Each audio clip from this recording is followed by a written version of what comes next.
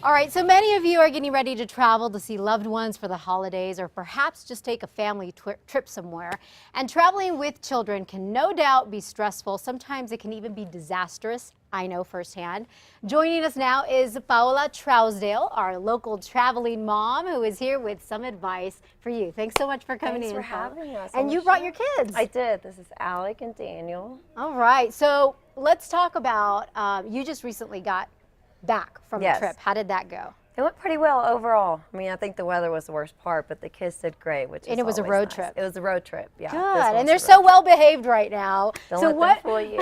What are your secrets? I know you brought some stuff that you wanted to share with us. Yes. Now, it depends if you're traveling by plane or by car, kind of how I do things, but I would say with little kids especially, snacks is probably the best thing. That's like a must-have, right? A must-have. Have a bag of snacks, and you brought some example. There's raisins. There's these like apple sauces, granola bars are always great. And sometimes I try to pack like a little surprise snack, something that they normally don't have, like I don't know, something different. That way. And you actually brought your Tupperware that has like compartments in it. This is for traveling in the car because it's perfect. They just open it up and they put it in their lap and they just eat from it. That's what we did this morning on the way here. Oh, and I see it has Alex's name on it. So it's perfect. Perfect. Okay, next tablet. Tablet, of course. And then so one of them gets a tablet and the other one gets the leapfrog. And then they can switch. That way it's something different. And they both don't just have the same thing always. Leave it up to technology, the headphones, that is for sure. And the little ones, it don't work so well for the little ears, but the big ones do. So Alec, your 2-year-old, does really well with the earphones? He does well with these. They both do well with these. Okay, because they're bigger. They have the bigger. Exactly. They don't fall out. Okay, that's interesting. I was always hesitant to give my 4-year-old headphones, but. Well, I tried plenty of the little ones, and they don't work. Spider-Man, they just fall out. So just use the big ones. So just the big ones, the old school big ones work. And so what else? You have some crafts in a little Ziploc bag. These pack plays, grab and goes, $1 at Target. Perfect. They have crayon stickers, little coloring book. It's like an all-in-one. Yes, and they're only $1. $1, and they have all kinds of characters. Alex, like, let me have it.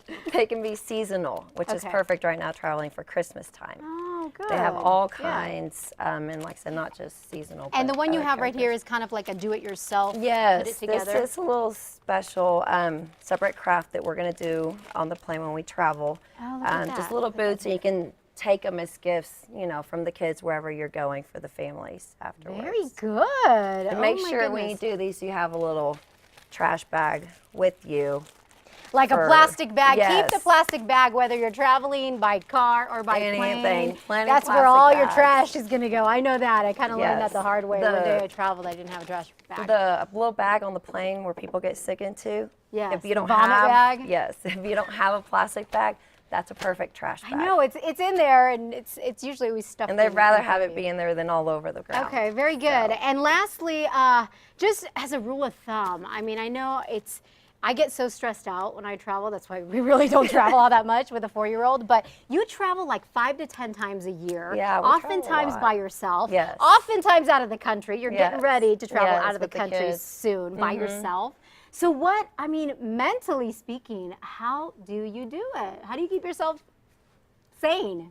Just no expectations. Just prepare and know that it could go great or it could not, and there's nothing you can do. And there are plenty of people on the plane that are always nice and helpful and understanding. So just don't expect anything. Don't have any expectations. No, just go with the flow and just patience. And just hope for the best.